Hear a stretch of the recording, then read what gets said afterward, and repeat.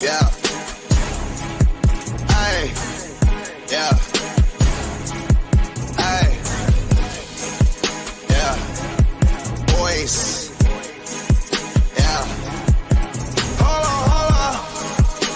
on. We them boys. Hold on. We them boys. Hold on. We making noise. Hold on.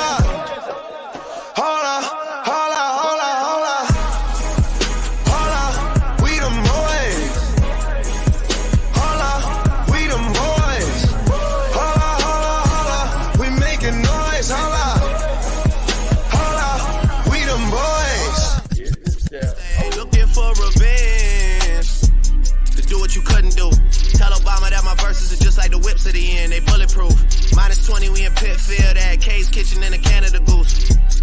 Famous as fuck, but I'm still in the cut when they round up the troops. I'm just a sicko, a real sicko when you get to know me, nigga. I let the diss record drop, you was staying right below me, nigga. We must have played it 100 times, you was going to bed. Why would I put on a vest? I expect you to aim for the head. I could've killed you the first time. You don't have to try and say it louder, nigga. Trust me, heard you the first time. It's nothing personal, I would've done it to anyone. And I blame where I came from, and I blame all my day ones. You know Chubbs like Draymond, you better hope not say none. Them boys, they're a handful. Then I hit them with the high line. Chris Breezy with the dance moves. Mo G with the dance moves. Ad Boy with the dance moves. Jimi Hendrix with the solo. Those are strings that you can't pull. Yeah, and I can really dish it out. Come and get it from the source. But fuck with all the word of mouth. Go to state, running practice at my house, nigga. What am I about? You gon' really feel it now. I'm out here looking for revenge. I ride for my niggas. Stay scheming. Niggas tryna get at me. Go. I ride for my niggas. Stay scheming. Niggas tryna get at me. I ride for my niggas. Damn, life so short. Fuck it, I don't wanna go to court. Fuck it, got a budget for the lawyer though. Fuck it, I'm on the run for the month. I'm in the bucket, paid 200 for it. My little nigga stuck and even got me paranoid. I'm getting money, that's in any nigga category. Double M, I got G's out in California. I ride for my niggas, dawg. I ride for my niggas. I slide for my niggas, dawg. I ride for my niggas. Stay scheming. Niggas tryna get at me. I ride for my niggas. It bothers me when the guards get to acting like the bras. Guess every team doesn't come complete with niggas like ours. That's why I see no need to compete with niggas like y'all. I just ask that when you see me, you speak up, nigga, that's all. Don't be ducking like you never wanted nothing. It's feeling like rap changed. It was a time it was rugged. Back when if a nigga reached, it was for the weapon. Nowadays, niggas reach just to sell they record. Spaghetti bolognese in the polo lounge. Me and my G from DC, that's how I roll around. Might look like, but we heavy though. You think Drake will put some shit like that? You never know. $1 million meetings in the polo lounge. Me and my man Oliver North, that's how I roll around. Shorty wanna tell me secrets by the rap, nigga. I tell that bitch it's more attractive when you hold it down. Kobe about to lose 150 M's. Kobe my nigga, I hate it, had to be him. Bitch, you wasn't with me shooting in the gym. Bitch, you wasn't with me shooting in the gym. Tell Lucy and I said, fuck it, I'm tearing holes in my budget. Bag her like we in Publix and take her ass out in public. Ordered it up for late, told them butterflies, she'll love it. She used to soda and nuggets, she really just tired thugging. I'm just hitting my pinnacle, you and pussy identical. You like the fucking finish line, we can't wait to run into you. But let me get my mind off that young rich motherfucker getting mine off rap with my niggas. I ride for my niggas. Man, you wasn't with me shooting in the gym. I know y'all felt that.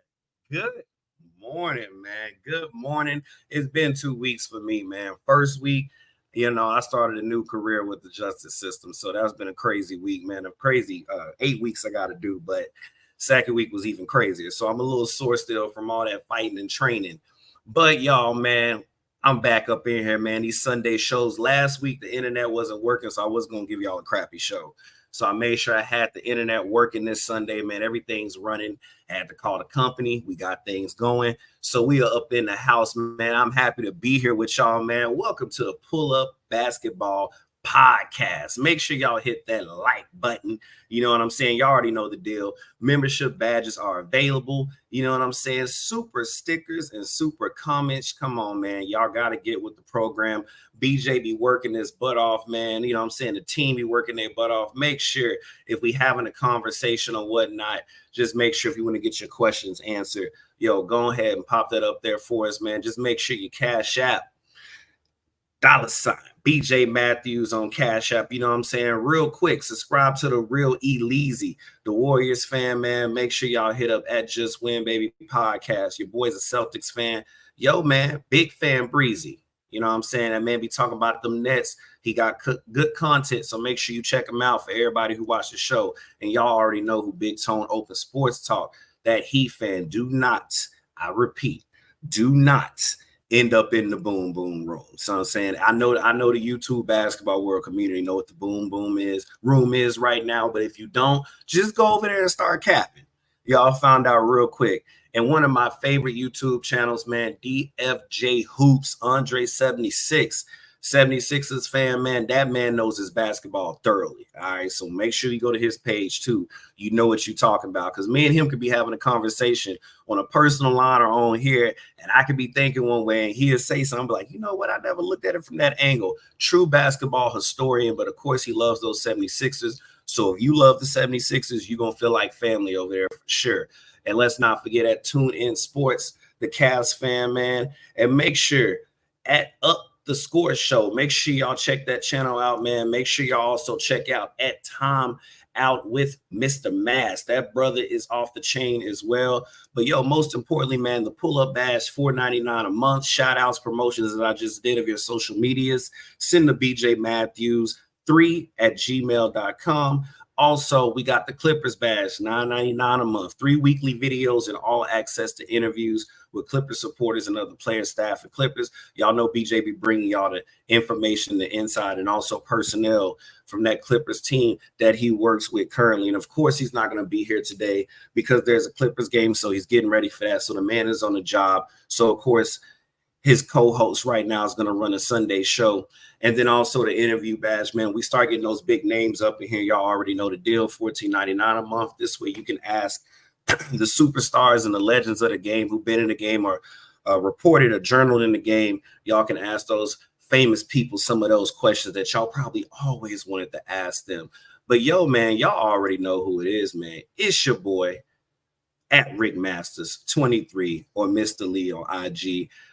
Appreciate y'all being here with me this morning on the Pull Up Basketball Podcast, man. And don't forget your merch. You know what I'm saying? We had some people that bought some merch. The Pull Up Basketball Podcast. Hopefully y'all can see the whole shirt. We got the sweaters. We got the hoodies. We got the shirts. Red, black, white, man. Hit up here, BJ, in our DMs, man, and we'll get you going. And before I get too deep into it, let me make sure I check the comments, man. Salute Max Camper, you know what I'm saying? Salute. Thank you for being here, brother. We're going to have a good time. We see in the playoffs all people. I agree with that statement. I agree. You know what? And Max, man, let me tell you something. And also salute Alan G before I get into this. Salute Alan G. Salute Max Camper. Salute Alan G. We love you over here at the Pull Up, man. We love when you show up. We thank you for the donations. Me and BJ talk about you all the time, man. We appreciate you. But yo, Max, on some real stuff, and this is something that me and Andre or Bubba talked about, the 76ers page you should check out. We talked about this on the personal line and on here as well. Man, the NBA feels like the 70s again. Because, you know, in the 80s, you had Magic and Bird and all that. Of course, you know, Chicago Bulls in the 90s, early 2000s, everybody got their I was Kobe and the Lakers and all that.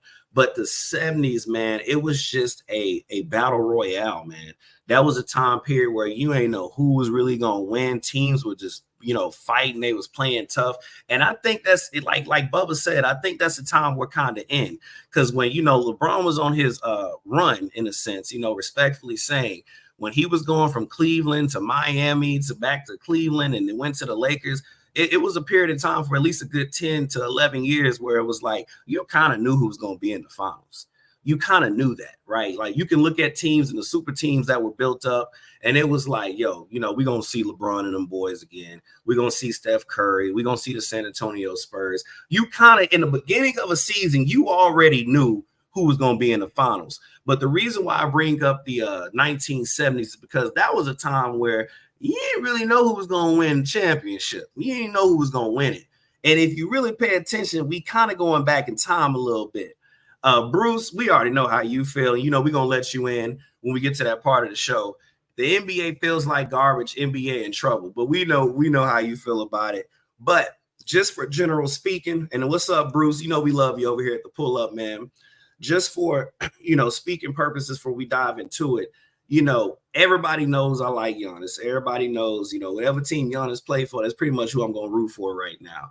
And Giannis got hurt not too long ago. He's out. But, you know, hopefully he has some miracle juice, you know, because Embiid came back.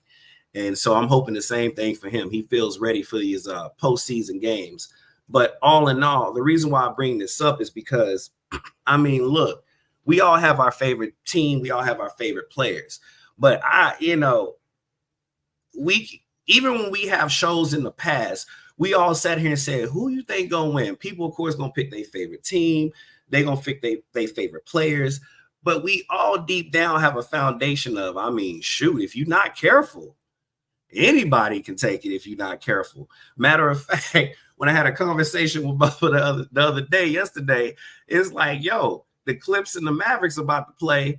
But here's the thing. You can't go into the Mavericks house thinking or go play against the Mavericks and think it's just going to be a walk in the park. You know, that Western Conference is kind of like, yo, like you better not go in thinking I'm about to just come in here and just lay my feet down and my head down and it's going to be a walk in the park. I don't think no team this year's come in with that attitude, especially the Bucks. Like after they get beat by the Heat, and the crazy thing is the 76ers and also the Heat are the team that got to play each other to see who's going to play the Bucks. And like I told Bubba yesterday, I was like, man, look, the Heat already had Giannis number last postseason. And then on top of that, it ain't Embiid, you know, after he cried in 2019, the brother been getting better and better. Like his game has been getting smooth. He's more of a dominant force. So it's like, look, I usually be like, yo, I already know who's gonna win. Nah, yo. To be fair to every team out there, these teams playing hard. And whether you agree or disagree, it's all cool. That's what we're gonna talk about when I start letting y'all in to give our basketball knowledge and opinion and our barbershop talk base format that we have here. But to be fair, just general across the board, these teams, man, they playing for the gutlet, man. They going for the neck, right? So, you know, what do you say? Water X, what do you say? Who made him cry? Who made him cry? Oh, you know what I'm saying? When he got beat in 2019, you know what I'm saying? Like he got emotional, right? They was playing against was it the Raptors? That's when Kawhi Leonard hit that shot or whatever. Like he got emotional. And what's funny is, you know, at least back in my day, because now people are clowning you as a man for crying. But it's like when I used to see people cry when I played ball, they came back at you with a vengeance because those are people who are passionate about the game. So like I said, man, it's like now you really can look at a team, even if your team is doing really good right now. You don't want to come in thinking it's going to be a walk in the park. And that goes for any team right now. You don't want to go in thinking we about to come smash them. Nah. Y'all better come play hard. Y'all better not let up. And this goes for every team in the playoffs right now. Because here's the thing. As y'all can see with the title, April 20th, playoff time. NBA playoffs previews and predictions. So y'all already know what we're going to be talking about. And like I said, we do a barbershop format. So when I start letting y'all in, this really just going to be an open discussion. We're going to give our opinions, our subjective views, what teams we think got the best chances. But it ain't like it was 10 years ago where it was like, yeah, we know who pretty much going to make it to the finals. We know pretty much we're going to mop this team. No, if you real with yourself, every team better play hard.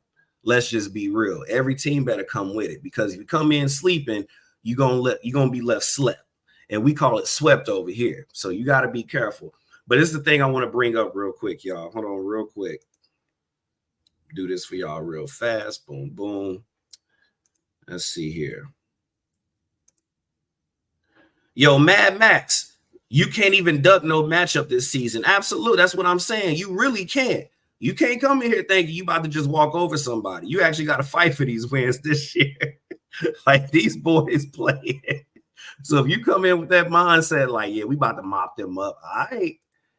Mess around, be going home early. All right, y'all. So hopefully y'all can see this, man. I went ahead and pulled up the official, schedule here. The first round of play-ins, the whole 9. So let's look at this, y'all. Now, of course, I'm gonna start from left to right, man. We got the Western Conference, we got the play-in, right? So we got the Kings and the Warriors, right? You see they ranking, you see they games, and y'all already understand how it works, man. This format, when it come in 2020 or 2021? Time go by fast, y'all. It's 2024 now, but it hasn't been here this long. Couple years, safe to say. But this new format with the play-in, and anybody who doesn't know that probably knows that comes to this channel. This play-in brings more competitive spirit, as most of us will all agree, right? Most of us will all agree that this brings more of a competitive spirit to the NBA. Because now, when you a 9 and 10 seed or a 7 and 8 seed, you're not really that safe, right? And this makes teams. I mean, hell, let's think of one team of last year, the Lakers, right? They came in from the play-in and got to the Western Conference Finals. They got mopped up by the Denver Nuggets, but at the end of the day, this creates an atmosphere where even if you're not like a solidified 7 or 8, like, when you 7 or 8, you just stop playing towards the end of the season. No, this makes those last 4 seeded teams really play basketball, right? And I like the new implement they did in the NBA with this, because again, we see the Suns and the Lakers 7 and 8. You see them in the play-in. Also, you see the Kings and the Warriors. And I don't know about y'all, but I kind of like when the Kings and the Warriors play each other. It turns into like a little rivalry there. They play really hard against each other. Plus, everybody who loved LeBron and everybody who loved KD, we know that those two kind of been going back at each other, for like years now, right? For years. So that's going to be a nice little matchup in that play-in. Of course, if you a Hawks fan or a Bulls fan, you got them at 9 and 10 on that east side, and then 76ers in the Heat. And I must admit, either team that wins that playing against the Bucks, Giannis and the rest of them boys, y'all better be ready for either one, because look, the Heat spanked us up last postseason. I said it before first game even happened. I was like, on paper, the Bucks should win. I said, but if they not careful, what did I say, y'all?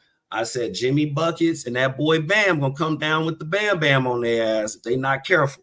And what happened? They wasn't careful. Right. Of course, we already know that Giannis got hurt and all that, but y'all know I'm more old school. If you're hurt, don't play. So he played. They got beat. They get up out of here. They took him out, and the Heat made it all the way to the finals. Right. I think they was also a playing team too. I'm trying to remember because these years go by fast. But at the end of the day, man, hey, for my Bucks' sake, it don't matter who they play, because 76 is coming with some authority. They coming with some strategy with Nick Nurse and Embiid. And also Maxey playing out of control. And then the Heat, we already know that Spoelstra, what he can do when you just give him some bread and some milk and some cheese. You know what I'm saying? He'll make a gourmet meal out of that bad boy, because he didn't even have all his pieces. So I'm saying all that to say, for my Bucks, y'all better come with it. Hopefully that butt whooping from last year make y'all be in the zone this year. All right, so we see the play-in teams, man. So you already know how that goes, man. We see that, the winner goes on. I'm gonna start on the Western side again. The winner, of course, goes to that 7 seed out of the Suns and the Lakers. Whoever wins, boom. The loser goes to the 7-8 spot and plays against the 9 and 10 spot out of the Kings and the Warriors, boom. And then whoever wins that will go up to the 8th seed and play the Thunder. Just so y'all can kind of get the people who are newer to this and don't really understand it. Just so y'all can kind of see how these lines work. They broke it down for it better. They broke it down for us better this year for y'all to understand pretty much how that works if you're new to the NBA. To all the people that usually come here, they already know how this works. So that's for the new people that are here. Also, the East side, same thing. Y'all see how it works. So now that we kind of got that plan picture out the way, now we already know that the Thunder and the Celtics, respectfully, the West side Thunder, the East side the Celtics, you see their game record there. See, they did a pretty good job this year on both sides. And so Celtics obviously are the favorites, man. And a lot of people, just to give my little 2 cents before I start letting y'all in, a lot of people are like, yo, the Celtics, we need to win one. Even the franchise itself, hey, they just like the Lakers to me. They need to win something, right? Lakers won one in 2020. A lot of people don't respect it, but hey, guys, at the end of the day, when we're 100 years old and we live to see it, what are people going to say? A ring is a ring, right? The franchise got a ring. So the Celtics already know. They like, yo, you can't be letting the Lakers get one in the 2020s, and we ain't getting one. So, I know they feeling some pressure, especially being in that number one spot and seeing some conference and some finals appearances and not making it all the way. So will they make it this year? They definitely got a good team. So will they make it all the way to the end, and will they finish this time, right? And then, of course, whoever they play, right? So we got that Bulls and we got the Hawks. I mean, again, Celtics should beat, the teams that are in the play. They should. But, again, we can't come in sleeping on these teams this year. And then, of course, in the 4 and 5 spot on the East, we got the Cavaliers and the Magic. I'm not going to lie to y'all. I'm kind of excited about that one, man, because the Cavs have been like, I don't know, man. They playing like some dogs. Like, they coming at you. All right. And then the Magic, yo, man, I still got to learn that brother's name because I pronounce his last name all crazy. But, yo, the one with the long hair, because I hate pronouncing people's names wrong. But, hey, my man he like a tall mellow for real. Like, he got a nice little game to him.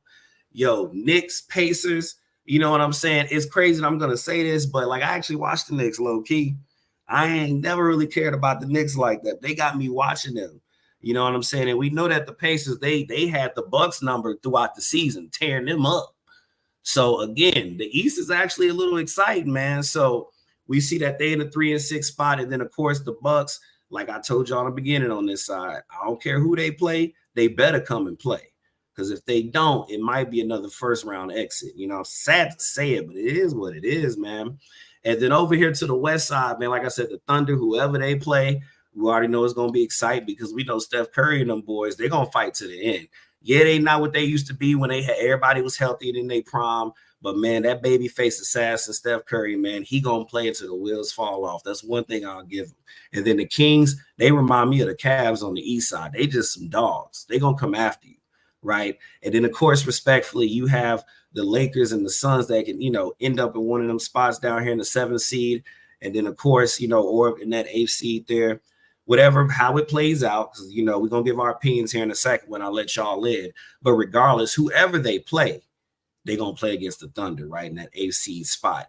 And so, basically, out of the Kings, the Warriors, the Suns, and the Lakers, whoever play against that Thunder team, they better come ready to play, man, because, you know what I'm saying, yo, that boy,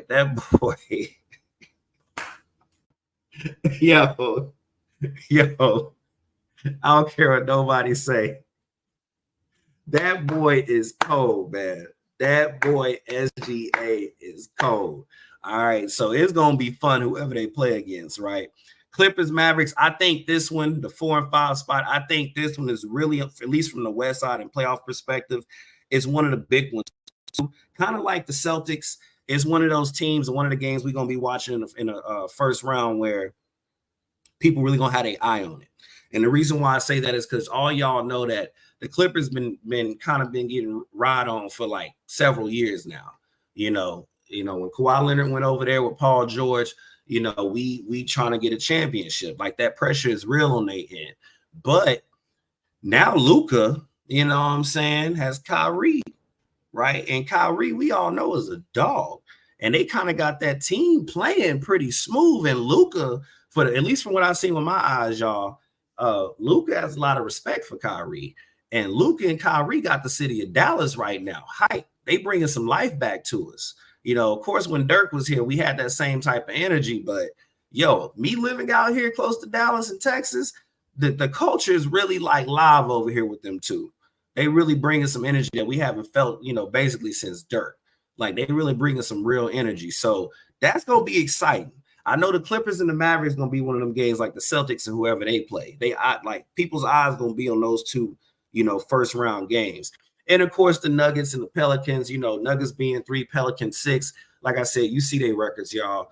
Like, that's going to be a nice little game because the Pelicans, they some dogs. They some dogs. Them Cavs, them Pelicans, them Kings, you know what I'm saying? The Warriors, like, the Knicks, like, certain teams just have, like, this They come at you. You can't take a playoff. They about to come at you. So I know the Nuggets in the Pelicans game is going to be cool too in that first round. Then, of course, the Timberwolves in the 7th seed after the play-in is happening. Whoever comes down there and play them, because like I said, the play-in has to happen first. Whoever plays them, that's going to be a fun game because remember, we got that Anthony Edwards and that boy is a dog. He got that dog. He been talking some jack. So hopefully y'all start to understand why I'm sitting here saying that the playoffs in general is just going to be fun, y'all. It's going to be fun in my opinion.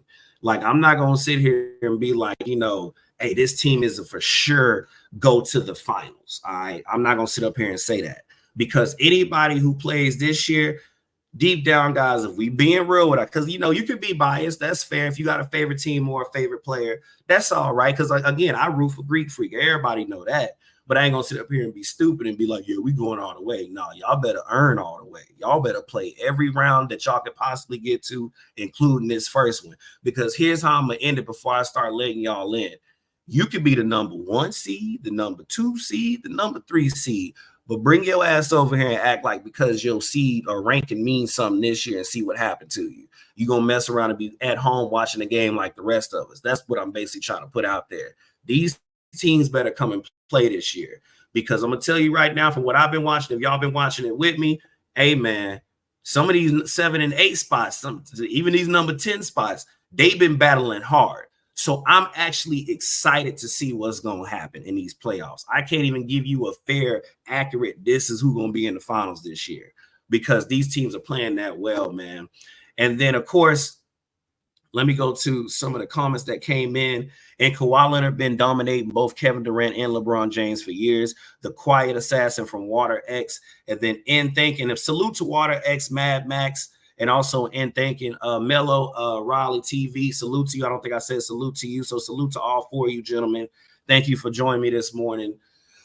Harden is going to cook the mags. Amen. And you like I said, during my open epilogue, man, hey, I mean, it's possible and he can cook people. But look, if he go back to that, when he was with the 76ers where he takes some games off and he played good games over there too. I'm not playing him, but if he go back to that, I'm going to just chill because I got Kawhi Leonard, Paul George, Coffee. You know what I'm saying? I got I got all these great players. I got Westbrook and I can take some games off. He better not come with that attitude. He better not.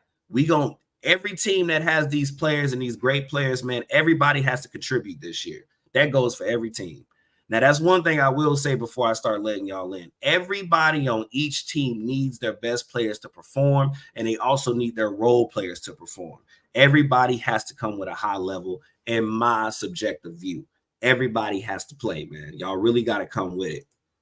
So, with that being said, man, I just wanted to make that real quick. I'm going to start letting y'all in. But as usual, y'all, we're going to go ahead and play this little 2-minute break. I'm going to drop the link. Y'all start coming in, I really miss you guys, man. I know I've been a little busy, but I'm happy to be here with y'all. So let's go ahead and drop this, man.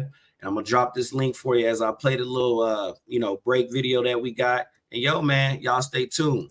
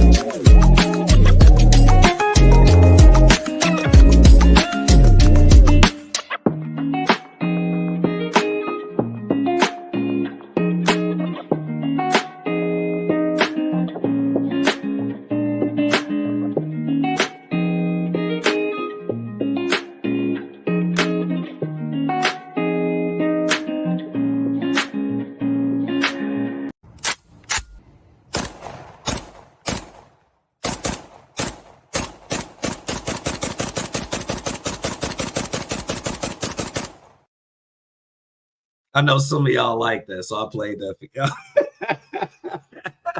I know. I feel like that's gonna be the energy today. I know some of y'all like that one. But Bruce, good morning, my brother. Salute to you. How are you feeling, my friend? How's your Sunday going? What's up, Rick? How You've you been missed. doing? I'm all right. You've been missed, and I don't Yeah, know. I don't know. Is it because the Bucks are struggling? So man. Look, you. in a funny way, man. That's fair to say. You know, I am a little nervous. I will admit, I'm very nervous because, like I was telling Bubba yesterday, I said, man, look, it don't matter who because the Heat already got our name, they got our number, and then you know the way Embiid playing. Because when he got hurt, I was kind of like, now I didn't want him to be hurt, but I was kind of like this. Woo. But then when he came back, I said, God, dog. so either way it go, Bruce, man, I'm a little nervous. But hey, like I'm telling everybody in the beginning of the show, man, we just got to come with it. There's no excuses. We got to play hard. And that's all we really can do, man. So hopefully we can come through. But Bruce, man, tell us what you're thinking about the playoffs, man, the play-in, or wherever you want to jump, whatever you think about the playoffs or the play-in, what you think is going to happen, man. I'm not a big fan of the play-in because I think some teams have relaxed a little bit. It's like, okay, we still have the play-in. We don't have to play hard. I think that's what happened to the Warriors this season. It's gonna be an interesting Sunday night. We're gonna see which team is gonna be in the play-in, which team is gonna be in the playoff. In the East, I think the Bucks are in trouble. I'm gonna start with the Bucks. I think they are in trouble. Okay. If Giannis missed the first two games, you're in trouble. This is like a repeat of last year. Even if he comes back, I don't think it's gonna help that much because I think the Sixers can beat them. I think the Heat can beat them. I think the Pacers can beat them. So the Bucks are in trouble. I don't trust the Celtics. I think it's a hit or miss. This is a year that they must win. They have all this nice record. You know, they have less than 20 games, maybe, I think. So they have been really great at home. So there's no excuse for them not to win. But I still think that one of the lowest seeds can beat them. The Knicks, I mean, they would have a better shot to win the championship if Julius Randle. I'm not a Randle fan, but if Julius Randle was there, you know, I think they have a better shot to win. But I don't know. The team has been surprising to me this season. So those are the teams that I think that could win the championship. Like Cavaliers during the season, I think for some time I said, oh, this team is really good, and now I'm like, something is wrong with the team. So I don't know. It's a mercurial team to me. It's a mercurial team, but I don't see any other team have a shot in the East. So I mean, what's the other team? I don't think there's another team that can win in the East. For the West, everybody's on Denver. I think Denver has no bench. They're gonna miss Jeff Green and Bruce Brown in the postseason. So I don't know. They could lose. I still think they could lose in the second round or first round. Yeah, people are gonna think I'm crazy, but I think if they meet, I still think that if Denver meets, for example, let me see. If Denver meets, for example, Minnesota. No, in the first round. I'm talking about in the first round. I think Minnesota can beat Denver if Cat comes back early. But I would say in the first round, I would say Sacramento, but Sacramento has been missing players, so I think they're in trouble. So yeah, I don't know. I don't see anybody winning in the West. I don't know who. I think Golden State, if they go into Tennessee, they could lose to the Lakers at home. To the Lakers home. So I don't. The championship is wide open to me this year. Wide open this year. I mean, you said the 70s. I don't see any afros in I mean, you have better afro than some of those players. So. Well, yeah, it is the Clippers. It's the Clippers championship to win. So Clippers better step up. Okay.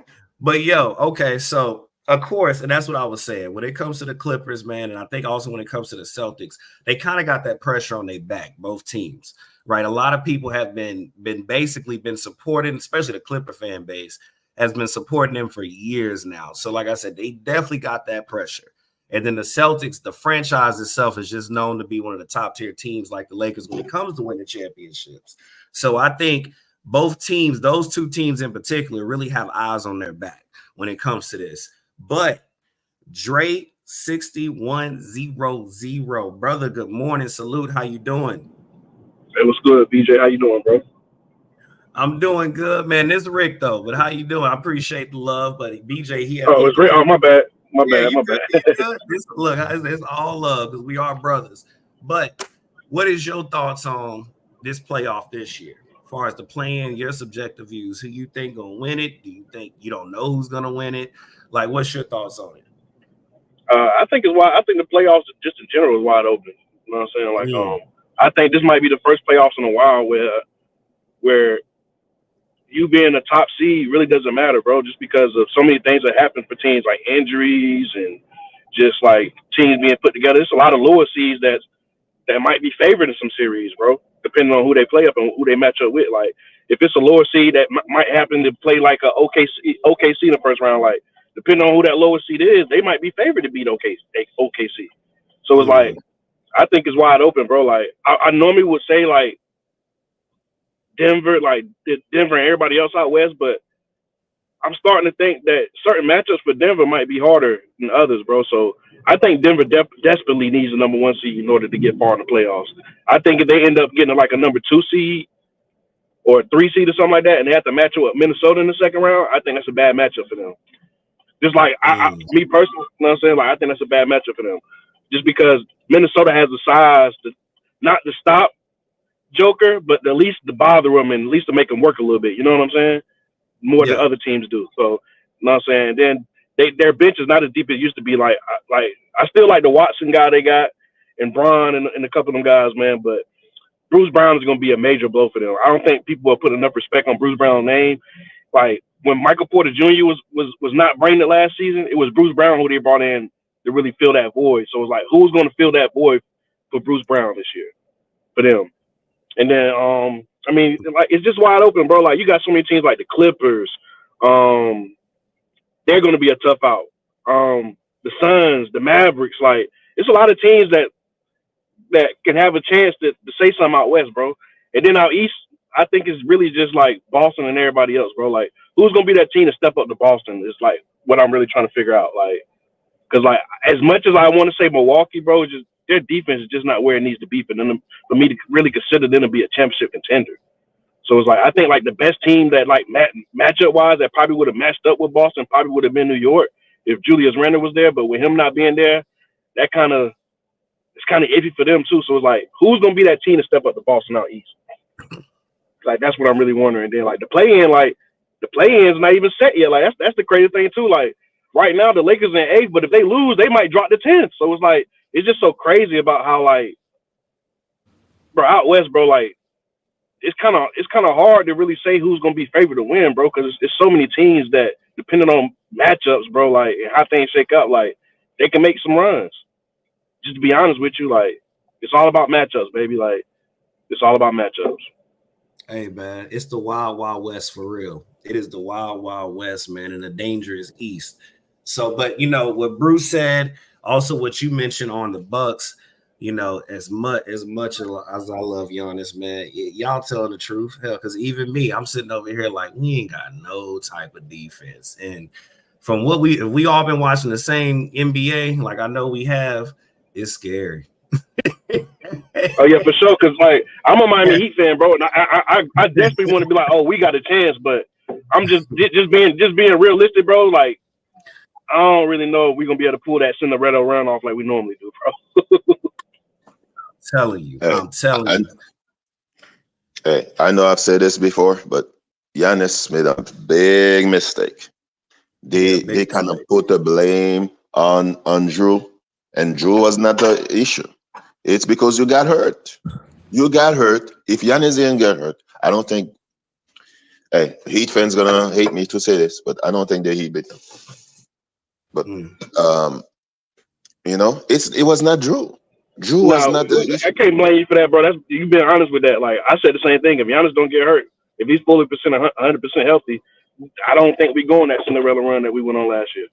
So I agree with you on that. Yo, Ken, good morning, brother. Salute to you, man. You jump on in and tell us how you feel about the playoffs and playing. What's some of your subjective views and thoughts on it? Good morning. Salute everybody. Salute panel. Salute chat. Salute pull up. Salute Bruce. Salute Dre. Hey, salute Ken. Salute, bro. Salute. What I view about the playoffs this season, I'm not gonna lie, bro. I'm excited, bro. We got a few young teams coming back into the postseason after missing the postseason for some couple seasons or almost a decade, probably. You got OKC missed the postseason since I think the bubble. So it's been 3-4 seasons they missed the postseason for. You got Pacers making the postseason. Their crowd gonna be lively. You got the Mavericks come back into the postseason after missing it last season. You got the who else we got? We got Timberwolves. I mean, yeah, it's a lot of young teams. What I think is it's most likely gonna be veteran teams be the last team standing in the West and the East. The teams with the playoff experience and who've been there. I think these young teams are gonna face a lot of adversity in the postseason, and I just think they're gonna crumble, bro. I just think they're gonna crumble under adversity. We never seen these young teams face adversity. It's different from the regular season to the postseason, bro. So I want to see what these young teams are gonna do when they face adversity in the postseason. My Suns, we in the plane right now. We need in order for us to get out today, we need the Lakers to beat the Pelicans, and we need to beat Minnesota. So I'm rooting for I'm a Lakers fan for today, just so they could beat Pelicans. And the Lakers also need this game in order to stay in eighth seed. And this will actually help them. If you notice, the NBA wanted to help the Lakers in this scenario because if the Lakers beat the Pelicans today, they wouldn't have to travel for the play-in. They would just be able to stay in New Orleans and play them on Tuesday for the 7-8 game. So, I mean, the NBA was doing the Lakers a favor by giving them the Pelicans for the last game of the season. Isn't that a coincidence, though? But yeah, so my Suns could get the 6th seed if we went out and the Lakers went out because we got the tiebreaker over New Orleans. And let me see. I think we'll play Minnesota first round if we beat them today. We'll play them first round. And I'm not gonna lie, if we play Minnesota first round, bro, I like that matchup for us, bro. But many people think that Minnesota is a bad match for us because of the size. But I think it's a bad match. We're actually a bad matchup for Minnesota because we could space them out with all the shooting we have on the perimeter, and we'll force Rudy Gobert to not stay in that paint because he would have to he would have to come out the paint because of all the spacing we have on the perimeter, and Karl Anthony Towns have to come out the paint too because they wouldn't be able to stay in the paint when you got KD, Booker, Bradley Beal, Grayson Allen shooting 40% from the three. That would be a bad matchup for them. And yeah, the rest of the Clippers, I ain't gonna lie. I told people this. I told BJ this yesterday. I said, bro, y'all and the Mavericks are a bad match for y'all, bro. Luka, we know Luka loves playing in LA, bro. He loves playing against y'all niggas. He loves cooking y'all niggas for some reason. Just similar to the Suns. Just like the Suns, he has a thing for the Clippers. He hasn't beat y'all yet. I'll give you that. Y'all beat him the last 2 times y'all played him. But I think this team is the best team he had since he been in Dallas, if I'm just being honest. I think Kyrie is one of the best players Luka played with his career. I mean, he has a great complement of role players. We got PJ Washington. He got Derrick Jones Jr., who's very athletic, got great size on defense, great length. You got Gafford, who's a good rim protector and great offensive rebounder. Then off the bench, you got Dante Exum. He's a good perimeter defender. You got Tim Hardaway. Yeah, he's hot and cold. I gotta be honest. He's hot and cold. When he's hot, he's hot. When he's cold, he's cold. You got what's the other dude name? He's pretty athletic. What's his name? Green. I don't know his first name, but I know his last name's Green. I mean, so they got a decent. And then the Clippers got Kawhi, Paul George, Harden, Norman Powell, Terrence Mann. I still got PJ Tucker. What I think y'all gonna use him in this series to just um to like slow Luka down or like not slow him down, but like beat him up, be physical with him, just try to tire him out. You got what's his name? Plumlee. I don't think, if I'm being honest, bro, I don't think Plumlee and Dice should get major minutes in the series. I think they shouldn't get any minutes in the series because I think if y'all play them, bro, That's Luka's just gonna hunt them out in the pick and roll, bro. So I think y'all shouldn't play Dice and Plumlee. Y'all should go with a Zubac, and then y'all should go small ball, bro. Quick question for Ken. So do you think your Suns have a chance to win the championship? Bro, I told you it's ring season, bro. Listen, we winning the chip. Here's why. Here's why. All right. Here's why. Please Right? let me know why. Please let me know. Hey, I'm gonna tell you why, bro. The Suns, I think the Suns team that's right now that built, I think they're not a regular season team. That's why they struggle so much. I think they're built for the postseason. This team has no depth because they're built for the postseason where the starter's gonna play 40 to 48 Is minutes. KD the same player who played all those minutes? Wait, what you mean? I think the more minutes he plays, the more he wears down and missing all those shots. All the easy shots KD patented all those Nah, years. Bruce, I'm gonna tell you this. I'm gonna tell you. You talking about this year? Like talking about this year? Yeah, KD? this year. Oh, Yeah. I'm gonna tell you this. If you watch KD, cause I know KD, so I know what he's doing. KD hasn't been really trying. He's been saving his energy. That's why he's been missing the shots.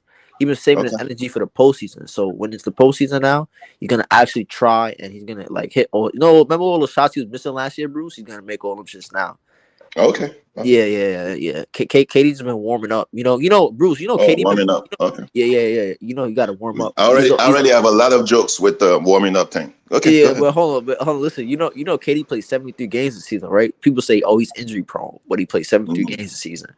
Y'all were making fun of KD last season, saying, "Oh, he's injury prone. He can't stay on the court." But what's wrong with that dude Kawhi? Why are you bringing this injury right now? So wait, hold on. Listen though. Kawhi, I think he got water in his knee, if I'm not mistaken. I could have sworn Kawhi got water in his knee, like right now as we speak. Ty Lue said he don't know if Kawhi is gonna be available. He said he's assuming that Kawhi is gonna be available. Bro, I mean, man, I just feel so bad for y'all, bro. Kawhi, availability for the postseason once again in question mark. You guys want the Clippers downfall so bad. Kawhi has No, water. I don't want he's, the. I he's actually Aquaman now. Bruce.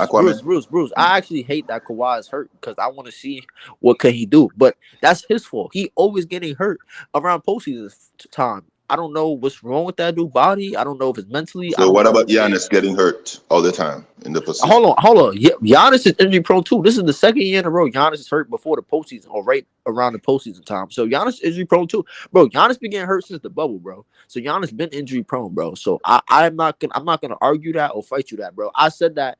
I said that on Ticket Stream yesterday. I said, bro, Giannis is injury prone, bro. This is the second season in a row Giannis is hurt with a leg or lower body injury. Come on, bro. Okay, Ken. We'll see. I'm keeping the same energy, bro. Like, listen, I'm gonna tell you this, Bruce. If KD goes out there and performs a stinker just like last year, I'm gonna say he's washed. He's washed. He's officially washed. He's not the same player. And he's not the same player. No. He is. He just got to play. He's playing a different role on his team. If you watch the team closely, he's the same player. He's just playing a different role. If he was the same player, he would be the main player. No, it's not his team, bro. It's Booker's team. Okay, but Booker team. So why did Curry step back when KD came into his team? What you mean? Because KD was the best player. Okay, so KD was the best player, and so hold on, Bruce. Let me ask you a question now. If the Suns win, if the Suns win the chip, who do you think will win the Finals MVP? I don't need to think about that because that's not gonna happen. No, I'm just asking though. I'm just asking. Who's gonna be the Finals MVP? Not KD. Devin Booker. So you think Booker's gonna win the Finals MVP? Devin Booker was the best player last year in the playoffs. Devin Booker. But that was last. Hold on, that was last year. What happened throughout this whole regular season this year? Who was the best player? Who was the best player this whole? Exactly. Who the best player this season for the Suns? Because by default, because Devin Booker didn't play a lot of games.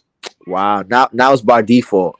But hold It's on, the truth. no, but even in the games that they did play together, KD been carrying that dude, bro. All right.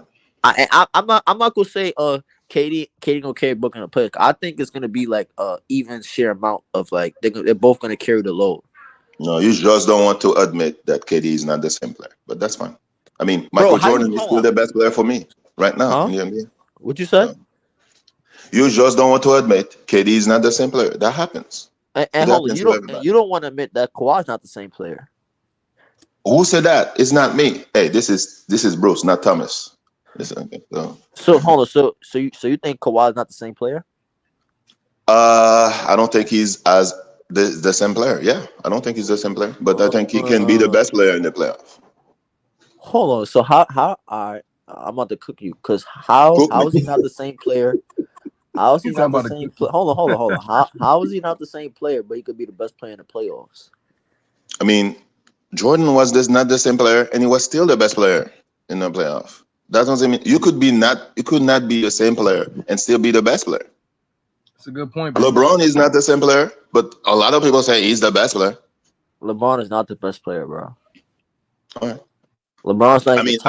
I'm not saying he is. I'm saying your talents could be diminished, but you're still best player on the floor. So let me ask you a question, and Bruce, and when I play the Mavs, who do you think will be the best player in that series?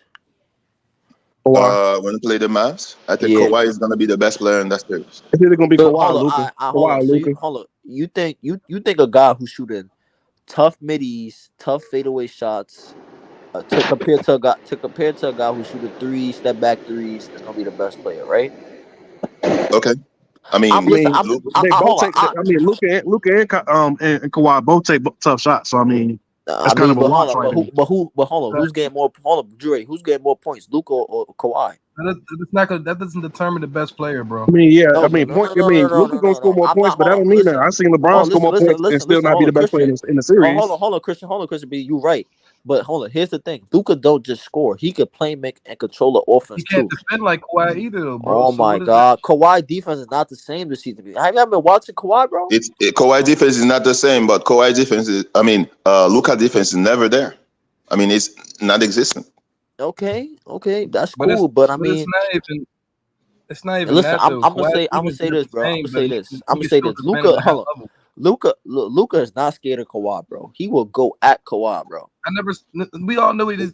We don't care if Luka is scared as long as we win. We don't care if you're scared or not. If we beat you, we just move on. We don't care if you're scared of us. Yo, Bruce, what y'all gonna do if y'all first round exit, bro? I just want to know how y'all gonna feel. Y'all gonna play I'm not thinking that way. I'm taking positive. You think positive? You think if it happens, it happens. The Clippers about to go outside again. That's okay. I love that you're laughing now. The person who laughs last is gonna laugh the best. Yo, I'm gonna tell you this, Bruce. I'm gonna always get the last laugh when it comes to the Clippers. Oh, you're gonna have the last laugh? Okay. Right. Yo, when it comes to the Clippers and the postseason, I'm gonna always get the laugh last. Yeah, yo. You know, Joker laugh a lot in the movies, and then Batman always. I'm not gonna lie, Bruce. But that's fine. I'm not gonna lie. Go ahead, man. Yeah, Bruce.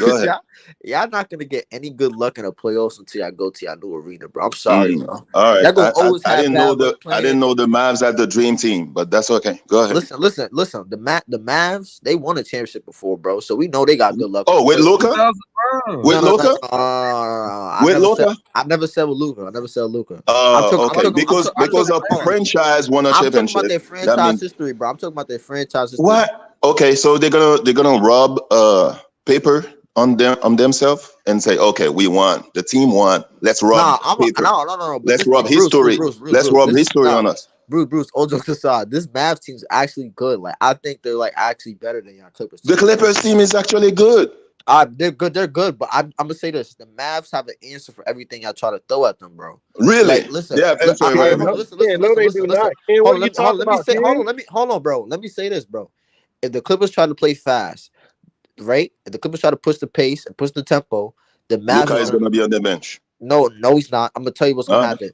Bro, the The Clippers are hold on, not going to push the pace. listen, You don't bro. even. Can You y'all ain't been listen? watching basketball, Ken. Hold on, y'all not even listening. The Mavs are gonna push the pace right back at y'all. They're gonna love. They want to play that up tempo pace, bro. That's when they at their best, when they're playing fast and playing up tempo, bro. So if they do that, y'all gonna lose. Y'all have to pick y'all spots when y'all push the pace. I gotta. Ken. Yeah, bro. Can you listen, bro? Yeah, the Clippers. But Been you're talking for talking like crazy 10 though, minutes, Ken, bro. because the Clippers are one of the slowest paced teams in the league. They're not going to play fast. They're going to. No, The Clippers are hold on, best when they slow it down, bro. Dre. Did you hit? You see, that's what I'm saying. Y'all not listening to what I just said. I said if the Clippers push the pace, that's to the Mavs' advantage. I said the Clippers have to pick their spots when they push the pace, bro, because they I can't. know. I know They what's can't. going on. Hold on, Dre. Yeah, They I can't mean play. Hold on, Dre.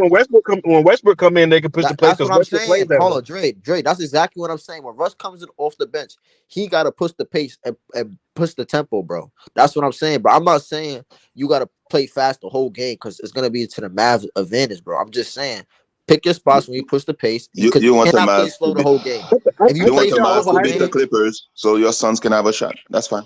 Hey, That's fine. what I you think said? Wait, hey hold on, look, wait, what? Ken, I think y'all been overhyping the Mavs, bro. Because every time I hear people talk about the Mavs, I never hear nobody talk about their biggest weakness, which they're weak at the wing, bro. It's gonna be hard for them. What? It's gonna be hard for them to stop Hold on, teams bro. when they're weak at the They got wing, hold bro. on, bro. Hold on, you just lied, bro. They got Derrick Jones Jr., PJ Washington.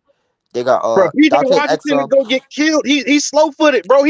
He don't move laterally quickly Listen, enough to be sticking with wings, hold on, bro. listen, Have you seen what he was doing when he was with the Hornets? Hold on, Oh my god, bro.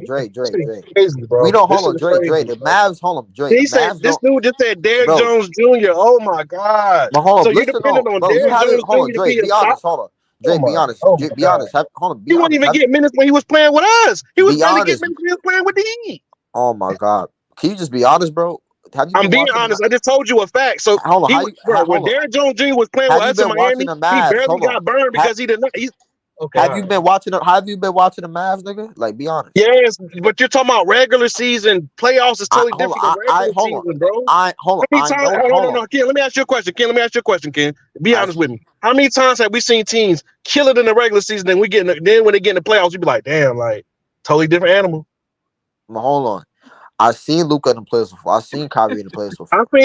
I seen Luka and Kyrie in the playoffs before too, bro. But that's just offense, bro. Defensively, bro, they're not gonna be They're able to not a bad control team the Clippers like defensively, that. bro. I'm not saying that they're They're not bad, a but y'all bad making it team seem like they're defensively, bro. elite. They are not elite But defensively. hold on, they don't need. They're Hold on, just bro. they're average, bro. Bro, They're average, Ken. Look, Ken, can I finish saying bro, what I'm saying? Just let me explain to you what I'm trying to say, Ken. Because you're bro. talking They don't crazy have like to how be. Hold Max on, and them bro, be talking, bro. The Yes, they Mavs, do. bro. Defense They still do wins not have, championships in this bro. You're not even league. let. You're not even letting me speak, bro. Hey. One at a time. One at a That's time. what I'm All right, saying. Drake keep say what you got to say. yapping. I was gonna say, bro, the Mavs don't have to be an elite defensive team to win this series, bro. Why you not understand? They just have to get Hold enough stop. on. Okay, so that's your point. Let me ask you a question. Name me in the past 10 years. Name me the teams that's not been the top 10 defense that's won the championship. I never said win the championship. I said win the series, nigga. So why are you deflecting? You deflecting. I I'm said they not just need to deflecting. get. I'm just saying. Just name me because I'm trying to make a point here. Name me a team that's been in the NBA that's played that's won the championship that's not been the top 10 defense.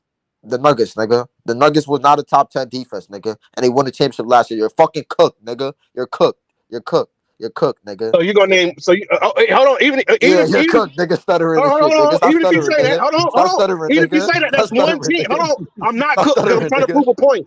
I'm trying to prove a point. You're cooked because you only name one team. Even if that's still one out of 10 teams. That's Nigga, 10%. hold How on, is that nigga. The being cooked? Cavs, hold on. That's Hold on, 10%. hold on. I got you again, nigga. The Cavs in 2016 is not a top 10 defense. You're cooked again, motherfucker. You're cooked again, motherfucker. The The Cavs in Cavs of 2016, 2016 wasn't a top 10 defense. they were not a top 10 Are defense. you Go sure look at about it. that? Are you sure about that? You Go want to look put at money it, on that? dumbass nigga. Go look at it, nigga. So 2 teams. So 2 out of 8 teams, and you're acting like that's a win. 2 out of 8. So so we play basketball and I beat you 8 out of 10 times, you're gonna be laughing because you beat me twice. You sound crazy, bro. The odds are you gotta be an elite defense team in order to win these series, bro. No. You could go against the You guys odds. You could go against the are odds. gassing them You could Dallas go Mavericks against the like they odds. really You could like that, bro. They have to prove it to you, bro. hold on. Listen, They though, have to prove it to you, Dre. bro. Wait, hold Hey, on, Dre. Drake, pull up Hold that on, Dre. playoff I know, picture hold on, again, bro. Dre. I know over. Please. Hold on. Let me tell Dre this real quick though. I know overall the Mavs are ranked low because of how bad they were early in the season defensively. But over the past month, they've been like a top 8, top 6 defense though. Yes, they have, but they've been playing lollipops. They've been playing a whole bunch of lollipops, bro. That matters. Like, all right, just let me put it this way, bro. I think that the Mavs can beat the Clippers, but I don't think it is as convincing and easy as y'all making it seem to be. Y'all making it seem like the said it Mavs was just easy, bro. wait. I had this series going 7 hold on, games. Kenny, can I finish saying what I'm saying? You keep cutting me go off. ahead, bro. Go ahead. Like I said, you just said that the Dallas Mavericks are a better team than the Clippers. Was that? I never That's said cap. wait. That's See, a you lie. put words in my mouth. Don't put words I in my didn't say mouth. wait. Bro. Even the put fact words that you're in my saying mouth, that, bro. bro. You said that they are okay. You didn't say wait, but you said they are a better team. That's cap. They're not a better team, but let's cap. The Clippers are a better team than the Mavs. They're like that's just being a fact. That's just being real. The Clippers have more players than the Mavs do. Everybody always talk about just Luka and Kyrie. Then I want to bring up Gafford and PJ Washington. It's like, bro, what playoff experience does Gafford have? What playoff experience does PJ Washington have? Have you seen them in the playoffs before to know what they're gonna do? Nigga, Zubac is trash. Nigga, I didn't ask you about Zubac. I didn't ask you about Zubac. I said you have Gafford or PJ Washington. Neither one of them has played in the playoff series before. True or false? No, bro. They haven't played in the playoffs. What's your point? Then, so stop point? making it seem like. So what's your point? What's your point? What's your point? My point is, so stop making it seem like they're gonna ball out of control because we don't know what they're gonna do. We don't know. That's uncertain. Hey Ken, hey, salute, fellas. Hey Ken, man. Salute. Hey, you wanna bet on this series, man? On the Mavs, that's not my team, bro. I know it's not your team. I know it's not your team, but you're talking big shit. You've been talking big shit lately. So if you so confident, I give you one better. If you put up 50, I put up 100. If you put up 100, I put up 200. So do you want to bet? Do you want to bet? See, because a couple of weeks ago I was telling you to save your money.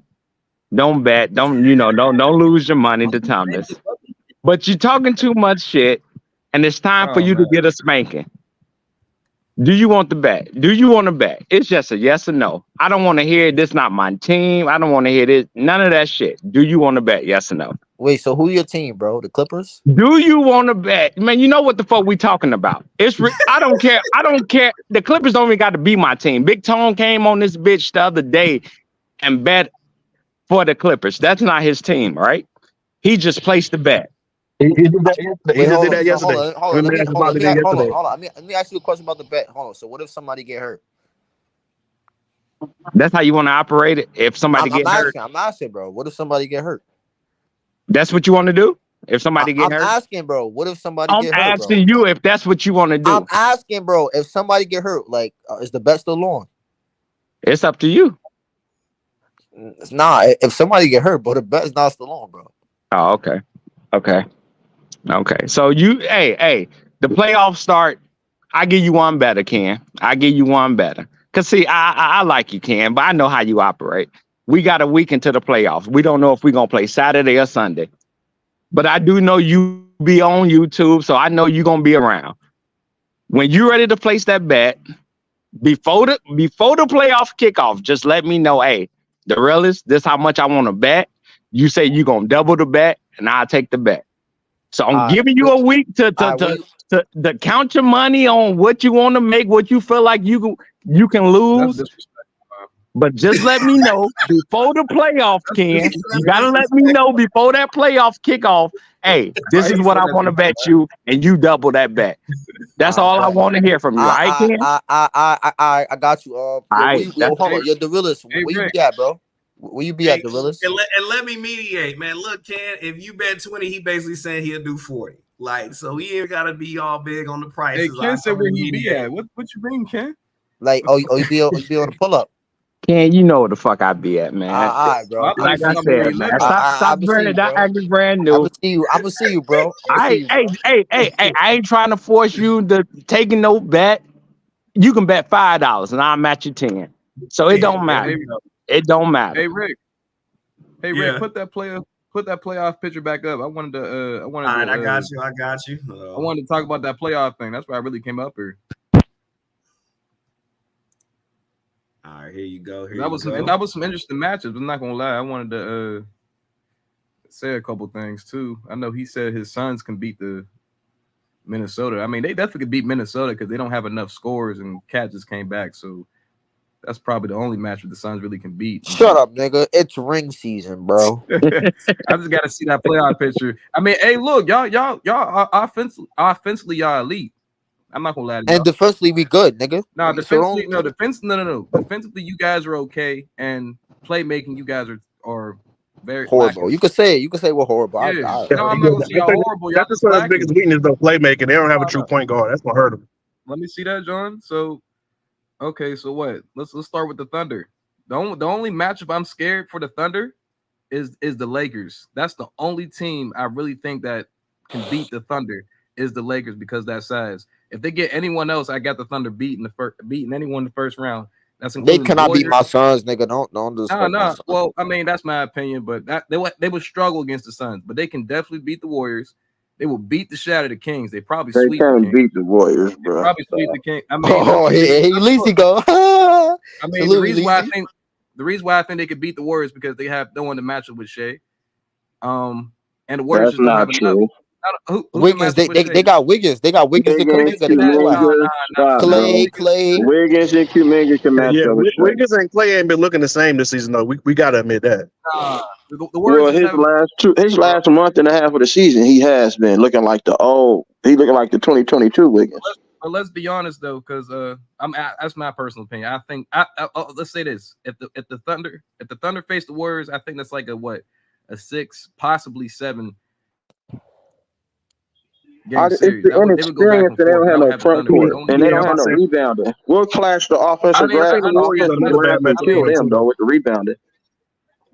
Yeah, the Warriors championship pedigree. They don't have anybody that's been in this situation, so they're kind of like overachieved this season.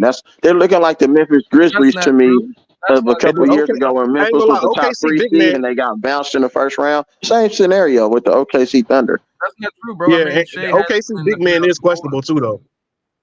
No. I like Chet, but he need to get some more bricks in his pants. Yeah, Chet need to get some more bricks in his pants. I'm not saying they're a good team. They're being good in the regular season though, but they never been. They got mostly all rookies on their team, bro. So it'd be hard for them to really like excel in situational basketball. Elite speaking facts right now, bro. We haven't seen them face adversity, bro. So hold on, listen. You heard everybody basically saying that these young teams gonna do good in the playoffs, but we never seen them face adversity. The regular season different from the playoffs, bro. Way more pressure, way more intensity, way more physicality. The rest is swallowing their whistle. They're gonna let them play. Like you gotta play. The game slows down too. That's the most important thing. The game slows down, bro. It's gonna be a lot more half court. Like a lot of these young teams like to run and gun. So a lot of these young teams have troubles in it. We're gonna have to slow it down to execute, bro. Facts. They're gonna have to slow it down to execute. So here's my point.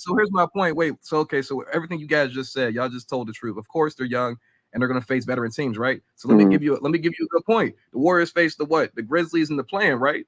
Right, and who won in that plan? The Grizzlies won. I'm just letting you know. Hold up, that's one point. The second point is but last year is a one game situation though. Yeah, that's different from a series though, bro. Hey, let him get his point out. Go ahead. Let me. Okay, that's a good point. But let me finish this other point. So they went 7 games against the Kings last year, right? Am I not lying, right?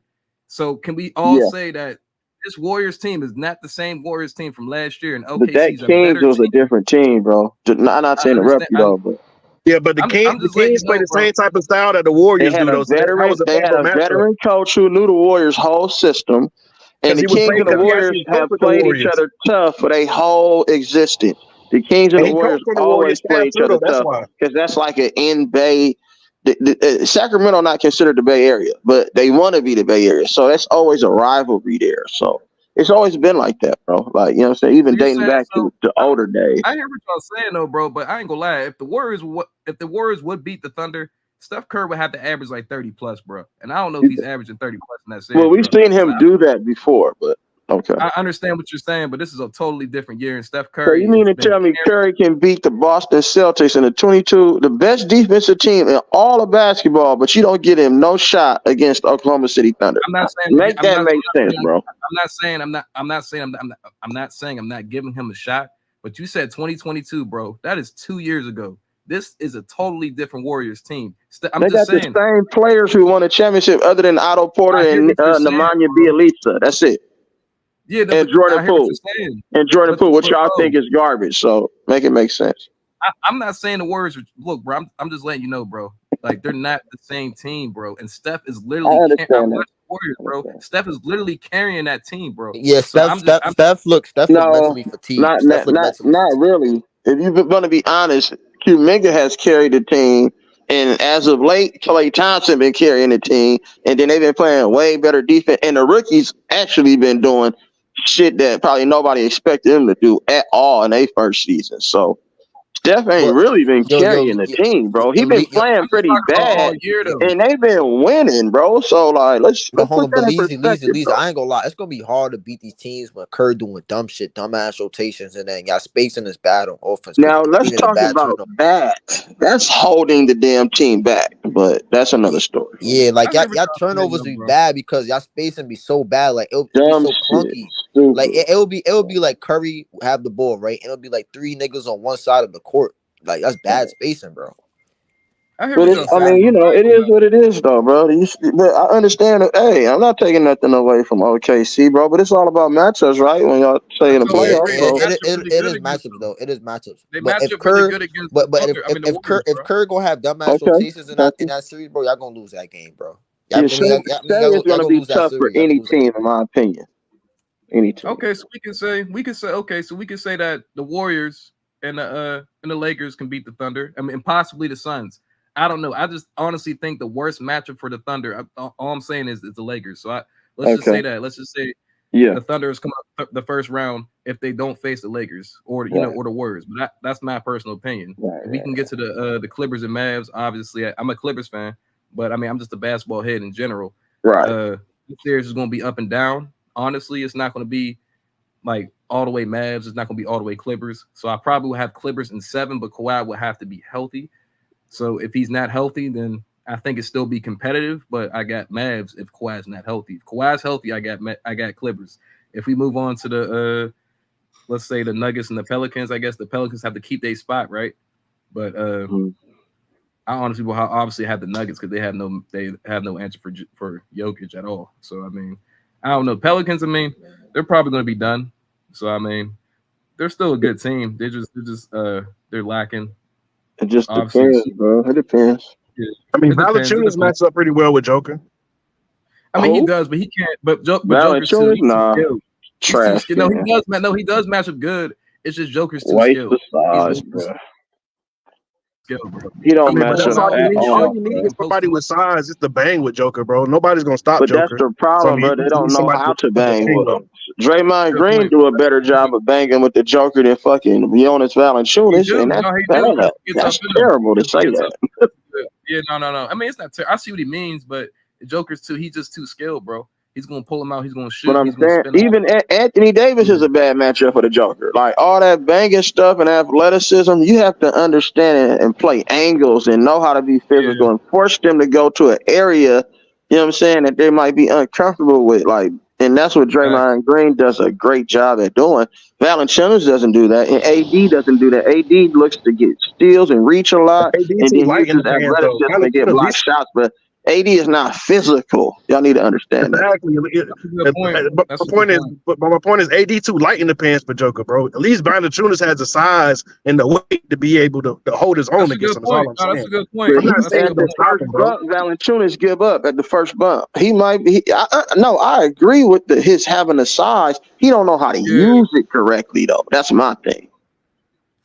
Okay, so I mean, y'all have a good point, but we all know Nuggets will beat the shit out of them. I mean, that's probably like a 5-game series in my eyes. So yeah, we talk all this shit, but we know Nuggets. Actually, I'll say 6 games just off their defense. But I got Nuggets in 6 or 5. But if we move on to like the Timberwolves versus the Suns or Hey, bro, Lakers. hold on. Before we move on, because I was in the chat on y'all. I kind of came in late.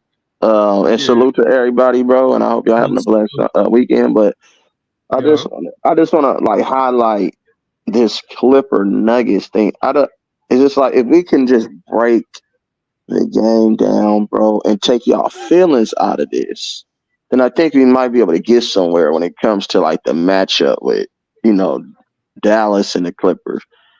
I just don't understand how everybody is just really riding off the Clippers so easy just because, they going off of the past of what Paul George did, James Harden failing, Yeah, Russell I think it's time Westbrook. though, But then to keep y'all going.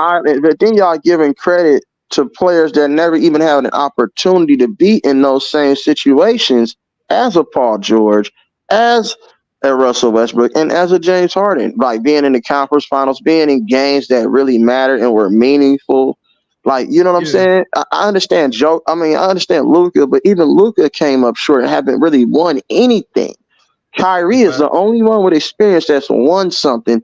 And even Kyrie only won one time and failed in all those other times because of injury or suspensions or That's a good whatever. point. Like, you know what I'm saying? So if you Yeah, just plug in Daniel Gafford and PJ Washington, ain't nobody, I ain't heard nobody on YouTube or whatever talking about them when they were on the Washington Wizards and the Charlotte Hornets. I ain't ever heard that's nobody say, facts. man, that player right there, if somebody could get them two players, then they going to be a championship team. Like, you know what I'm saying? So how all of a sudden, just because of what they've done in the last 2 months of the season, you crown them and say, bruh, they going to do this. I understand Kyrie. Kyrie is Kyrie. He still got to play D. The Joker still got to play D. Like, you see what I'm saying? Y'all have to understand Yeah, these things. And then PJ Washington and Daniel Gafford. So are they going to have a ball in their hands? So in order for them to be effective, bro, they're going to have to get a lot of touches and a lot of looks. And we know that the game slows down in the playoffs. Are we sure that they're going to get those same touches that they got in the regular season against lesser talent? They went on the streak and their defense have been unbelievable. But let's keep it 100. If you play Charlotte, San Antonio, Detroit, Atlanta, if you're playing teams that don't really have nothing to play for, I can't judge you off of how great you can be in the playoffs because you haven't played the greatest talent with the best schemes.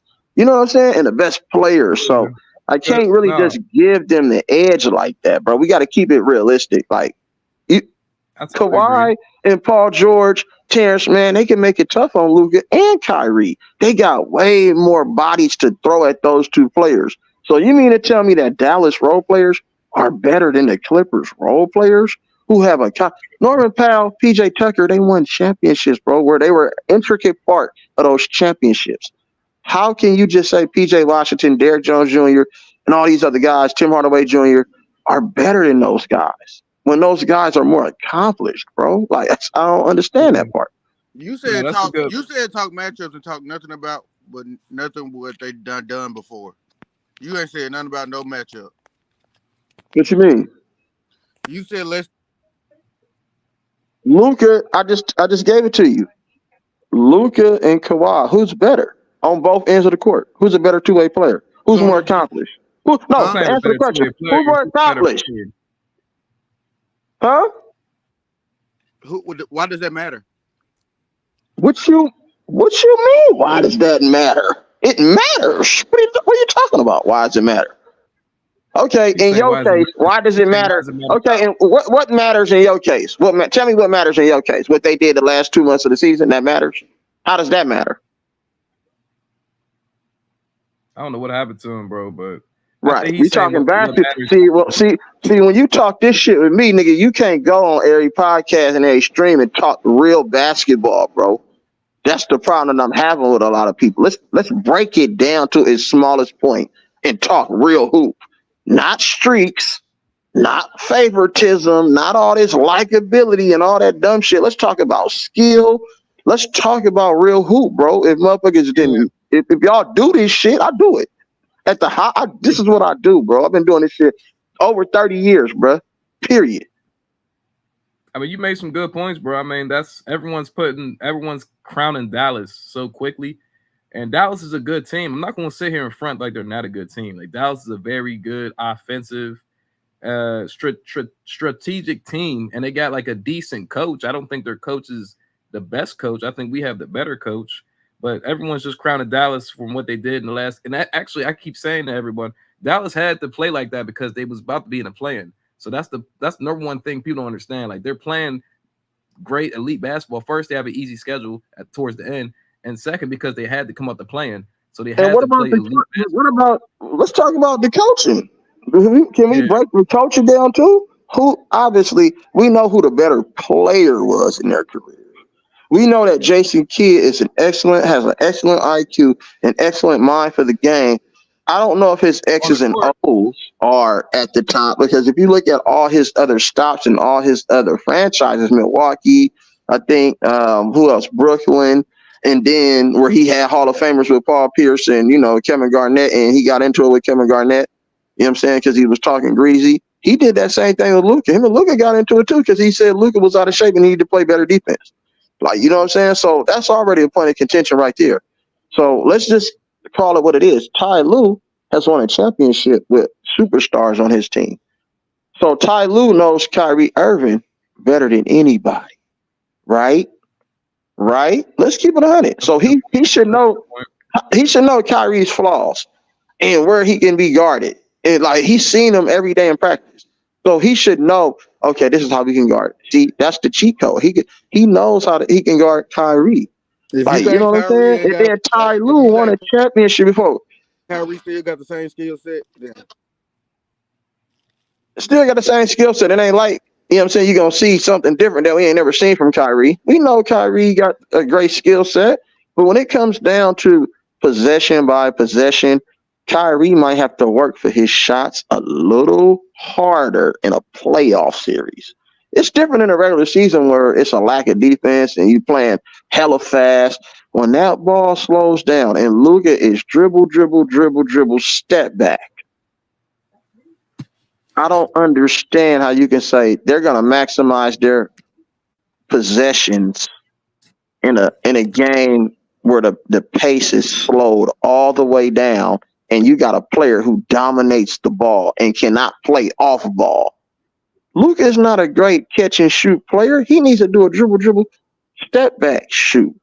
He ain't going to spot up in the corner and catch and shoot. That's not his game. So when you have that, your possessions are limited and even more limited because it's the playoffs.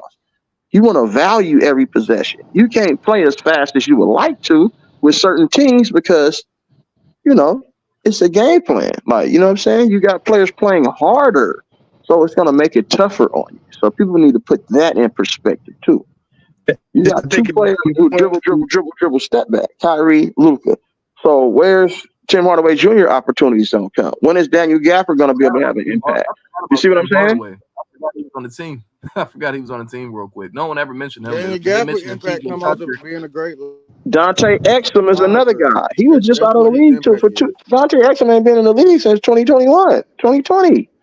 So he's been having a great season out, mind you. His best season he ever played in all his years in the NBA, even when he was with Utah. But let's keep it 100, bro. Like, is he gonna have that much impact? Like, who's gonna really be that person to be like, that's the player that got them over the hump? You know what I'm saying? It would have to be Kyrie. If it's not Kyrie, the Mavs are losing. That's all I gotta say. I think they're missing that player. What'd you say? And Kyrie might get his numbers, but guess what? He's gonna be a high volume shooter. And then guess what? Kyrie still got to go on the other end and guard a Paul George or Russell Westbrook. You know what I'm saying? That's what I was about to say. They missing an elite wing. If they had an elite wing, that would make them a championship contender, in my opinion. It's gonna be a good series, bro. It's gonna be a good series. I mean, but I got Clippers in 6, so I mean, I feel you on that. It's not too much to. I mean, it's gonna be like a back and forth. It's gonna be back and forth. But if Clippers actually really sat down and played defense and Kawhi's healthy, then it honestly should be 6 or honestly 5. But I'm not gonna say 5 because the offensive talent they got over there. So it's definitely at least 6 games in my opinion. So I mean, we'll see, bro. For sure. It's gonna be a 6-game series. It's not gonna be an easy series on either side. No, I don't think it is either. I'm just saying, Clippers do have bodies. That's what I will say. They do have bodies, but it's gonna be back and forth. I think Dallas lack of wings, bro, is gonna hurt them, bro, in the playoffs, bro. It's gonna hurt them. You're right, because PG and Kawhi are gonna cook. So I mean, I don't. Even James Harden to a certain degree is gonna cook. He's gonna have a game where he has at least 20, 22, 23, 10 assists, at least 3 to 2 of those games, and they don't even really need that from them. They just need 15 and 8. I don't think that James Harden does not have to go off in the series for the Clippers to win. Yeah, and I think that this matchup for the Clippers Kyrie is a and favorite Luka matchup. two of the best difficult shot makers in the league, right? What you we say? do know that, but yeah, that they're the most No, difficult Kyrie, shot makers, yeah, for sure. yeah, But yeah, what I'm Kyrie's the saying is X this factor. the matchup, Yeah, I agree. yeah, the matchup for the Clippers is favorable just because with you playing PJ Washington at the 4, that's a favorable matchup for a guy like Kawhi. You know what I'm saying? Because And PJ PG. Watson really ain't too much of a banger, or he's not, you know what I'm saying? Like, so I think I the mean, but matchup all he wise, got to this do, favors the Clippers. all his job is to make shit difficult and not knock down open shots. When we bring up Daniel Gafford and PJ Washington, we're not asking them to go out there to be the third superstar in them. We just asking them to provide the minutes that they can provide in the role that they play. Gafford is, and y'all say was people not on YouTube talking about Gafford before he got to the Mavericks. But Gafford wasn't good. He was a decent player. Depending on what channels you Yeah, watch, he good. He good. Yeah, he he was a good. damn good rim protector on the Wizards. He was I didn't know. he was I a really top didn't. 10 rim protector on the Wizards. I ain't gonna say damn good. He was average. He was average. I ain't gonna say damn good though, but he was average. No, he Coming was off the he was a bench, he little was above average. average. He was a little above average, bro. When he He's coming off the physical. bench. Like that. Daniel Gafford is a physical center, and he gets blocked. So he's not a bad center, but Yeah, he good. I That's what mean, I'm saying. He good, bro. But he's not elite. Like they trying to make it seem like he's elite at doing that or something. He's not elite at doing that. He's good. He's good. Like I say, he's like around average, above average. I mean, that's good. yeah, I just think Zubac is just a little bit better than him. Just a little bit better. I think don't Zubac think has so. off experience. I Just don't a little think so. bit. It's not too much. It's like they're both not like no one's better, like way better than the other. Like Zubac's not way better than Gafford. Gafford's not way better than Zubac. No, they're both like if you go by the defensive numbers, bro, like at one point in time in the season, bro, Zubac was doing pretty good at blocking shots and stuff like that. So like he was at the top. Yeah, he was I at agree, towards the top of the league of that. But that doesn't mean he's elite at doing that. He's just good at it. Same thing Exactly. as Gafford. Gafford is good at it too, but he's not elite though. Exactly. He's not a game. He's not a game changer on that end. Gafford actually was like it was the injury. Big rim deterrent in Washington. If you go by the numbers and stuff, but no, he Yeah, definitely he was good. Yeah, he was good. I'm not saying he wasn't good, bro, but he wasn't elite. Like y'all making it seem like he's gonna be a difference maker he doing was that. the top He's not a last difference year maker on the doing Wizards. that. Last year on the Wizards, he was a top 10 rim protector in the league. Going into the offseason, I seen numerous of YouTube videos saying that if he get on this contender, he helps them out a lot with a championship. He moves the needle for a championship based off his. I ain't gonna say moving. He helps, but he ain't a needle mover, bro. He's not the type of player that moves the needle for you, bro. No, I would say his impact is there. Gafford's impact is definitely. They needed him. I'll say that. Mavs definitely. Yeah, they needed him. Yeah, they didn't have it, bro. They was depending on Powell. Of course, he's an upgrade over a guy like Powell. But I'm saying like he's not gonna be the elite shot blocker that people are making him to be, bro. Like he's not there yet. He can get there, but he's not there yet. He's not there yet, bro. It's not about just being a shot blocker though. He deterred people from getting to the rim. He could slide. So he's stopping Zubac at the rim, who's much bigger than him. Yes. I don't know about that, bro. He struggles with size. Like, it's not hard. It's not hard to say. I mean, he struggles with size. He does, bro. Like when he plays against all the centers, 6'9", he excels. But when he 6'9". plays against size, he struggles, bro. He like 6'10". Y'all keep saying 6'9" because y'all want to downgrade him. Nah, he's six. He's a good 6'10". But what I'm saying is though, when he plays against 7-footers with size and weight, he struggles a little bit, bro. I mean, there's nothing wrong with that. Yeah, I seen him do a number on Jokic. That's all I'm gonna say. I mean, but that's a 1-game sample size, bro. It's different than the series, bro. Like, I can sit here and name a whole bunch of players that get cooked or somebody killed them with one player, but that doesn't mean that they can do it for a whole series. When I see him guard big, I see he a good post defender. Yeah, he good. He's a good post defender. He's good. I still think Zubac gets whatever he wants, though. I don't think he's I don't know. It's gonna be. It's not gonna be a center. It's not gonna be a center. He's gonna get whatever he wants on Zubac. So I mean, it's those two. I mean, they're gonna kind of X each other out to me. Zubac and Gafford. They're gonna X each other out. So check it out, if they go small. Check it out, y'all. Check it out. So we at the 1.5 hour mark. I'm gonna do a quick 2-minute break. We have some new people hop in here. We're going to start with them when we hop back in. Of course, we can continue the conversation. I'm going to do a quick 2-minute break so we can allow some more people to get in. But Edris Nadora, I see you hopped in, man. So we're going to let you go first when we hop back. Of course, we're going to continue this back and forth, man. So I got y'all. Let's do a quick minute, 2-minute break. Hey, y'all, it's 69, 70 some people in here. Let's hit that like button during this break, man. But we're going to get it going, man. So just stay where you at. I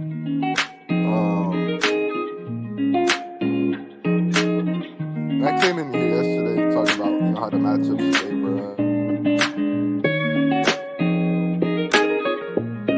Oh, my bad. I was saying that who do you trust yesterday?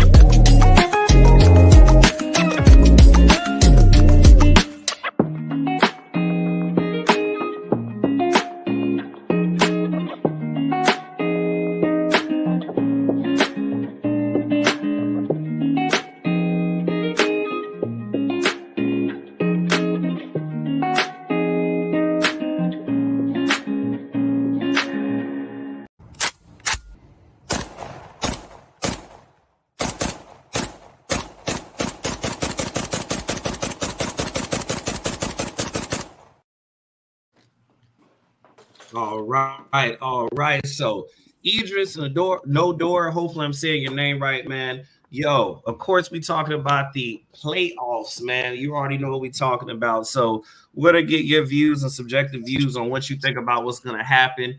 And then, of course, y'all, we can continue what we was talking about. But yo, Nador, man, salute, man. Tell us what you think was gonna happen, man. What's some of your viewpoints? So yesterday, I was talking about how it's more matchup dependent because people were talking about, oh, who do you trust? Who do you trust? And I think that the matchups are more important to look at versus who you trust, because I think that'll make it an easier time. I was saying yesterday how Kyrie is just going to have to do more than Paul George on both sides of the rock because people were saying put him in the pick and roll and have PJ and Jones Jr. guard Kawhi and PG. So I think Kyrie is just going to be asked to do too much in that series. He's not a good screen navigator. He's going to have to play through the pick and roll between Zubac and Harden at all times. That's just going to gas him out. Then on the other side of the ball, he's going to have PG guarding him, which obviously Kyrie's going to get his, but it's just going to be a physical matchup all series long for Kyrie, and I think he'll get worn down by doing so. Having PG on him, obviously he's going to score, but it's just the physicality, the strength, the length is going to annoy him. And the same goes for when he's guarding the pick and roll. It's just he's too small to be caught in that situation. I think we'll get favorable looks, and I think people will say, oh, Kyrie didn't show up, yada yada yada. But I think he's just going to be asked to do too much versus us. Versus in a different series, I think you could hide him more. So I don't know. I think we win in 6-7, but this is all dependent on the Kawhi situation. You know, I was of the belief that 100% Kawhi is going to play as of 2 days ago when Law Murray did his little space and, you know, we got more information. And then Ty Lue's grinning when he was asked the question made it kind of, you know, seem like, oh, he's coming. But the Kai Jones signing makes me a little bit hesitant now because if Kai Jones was signed right now out of nowhere, and we've been looking for that all season, the day before the last game of the season, is that not a little bit weird? It makes, I don't know, it's just random timing because usually you don't sign somebody unless somebody gets hurt. So that's what makes it interesting to get somebody this late in the season. It's just that made me go from 100% to what's going on?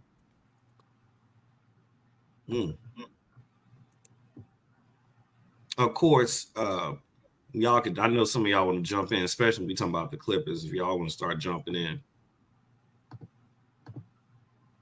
That's a good point that he made about the Kai Jones signing. But I'm saying if you got a talent like that that's available and you can shore up your playoff roster, then shit, why not? That's the problem with a lot of teams. Organizations, bro, they don't think bigger picture. They don't think long term. Like that, Kai Jones is very, very, very talented, bro. It didn't work out in Charlotte, but that's the wrong situation for anybody. Like Charlotte Hornets, bro, is not an organization that's, you know what I'm saying, built on building their players and like taking high character guys. Like, so for him to go to the Clippers, bro, and then you just add that much depth, just in case you do get an injury to some players, you know that you got enough depth that you can be like, you know what, we just gonna plug him in, and then, you know what I'm saying, and keep it moving. You feel me? And then you still got next season. I still think the Clippers don't win the championship this season. I think they beat Dallas, though. I think Clippers win next year, bro, when they get their stadium. And I've been said that for the last 3 years. I've been saying that. So it is what it is, though. But I think it's a good signing, though. But you made a point, though. Like, if they didn't think that it might be some, you know, injury, a cause for concern with injuries, that you need to add some players because you felt like the players that you had might not be good enough. Like, you know what I'm saying? So I understand it. I get it. Yeah, because when you look at the trade deadline, you know, all of us was asking, oh, please get it big, somehow get us a big or a 4, just somebody who could play the small ball 5. And, you know, we didn't make any move for that to happen. You talking about the Clippers? Yeah, I'm talking about the Clippers. I'm talking Well, about. shit, y'all got 3 bigs. Zubac is solid in the post. Daniel Tice can stretch the floor. So okay, what else but you at need? the same time, we wanted to get rid of PJ Tucker. Mm-hmm. We wanted to upgrade the Mason Plumlee, you know, situation because for a while he was hurt, and then when he came back, he wasn't solid. Like he was. Ever since he came back, I'm gonna tell you the truth. I just don't like the way he's been playing. I think he's ass. I don't think he does enough defensively. I don't think he does enough offensively. Okay. So what kind of player at the 4 position with our small stretch 5 was you looking at? Like, give me a comparison. I mean, we had 1 pick to flip, right? And I was of the nature of, you know, go get somebody young and athletic. Maybe because of his injury history, you could pick up Isaac with 1 first-round pick. Maybe you could, you know, Jonathan Isaac from Orlando. Okay. That would have been a huge upgrade from what we have currently. Okay.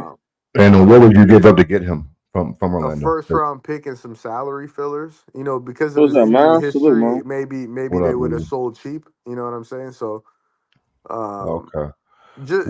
Just things of that nature, role players around the league. That's possible. That can play defense. Yeah, that's possible. But you touched on 3 bigs, right? And you says that you wanted a big guy at the trade deadline. I'm not sure, Leezy, that there's many teams out there who have 3 big rotations the way the Clippers do. But to be fair, I'm saying like if we get a power forward as well that could fit the mold, because at the power forward situation, you know, backup power forward. Can I say something real quick, bro? You can't get mad at the bigs if the Clippers aren't using the bigs the right way. I'll be honest though. James Harden and the Zubac pick and roll, I love it.